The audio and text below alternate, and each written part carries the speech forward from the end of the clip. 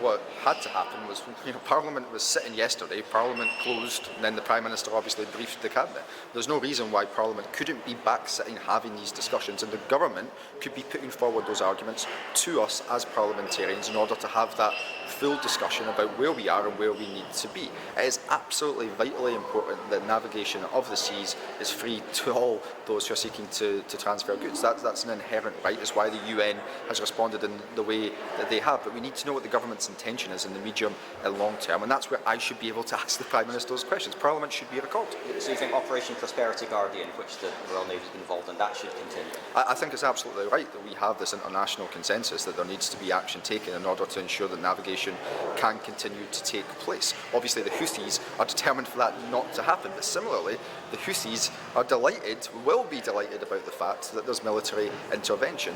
We know what their slogans are: death to America and death to Israel. They are no friends of ours. What we need to know though is what the UK government's plan is. What is it they intend to do? And that's based upon the UK's history in the Middle East, which I'm sure you and everyone else across these aisles is fully aware of. And just to be clear then, when the Prime Minister spoke to opposition leaders last night, you were not a part of that? As far as I understand it, nobody in the Scottish National Party has been briefed at any stage by the UK government in relation to this matter. I find that deeply disappointing.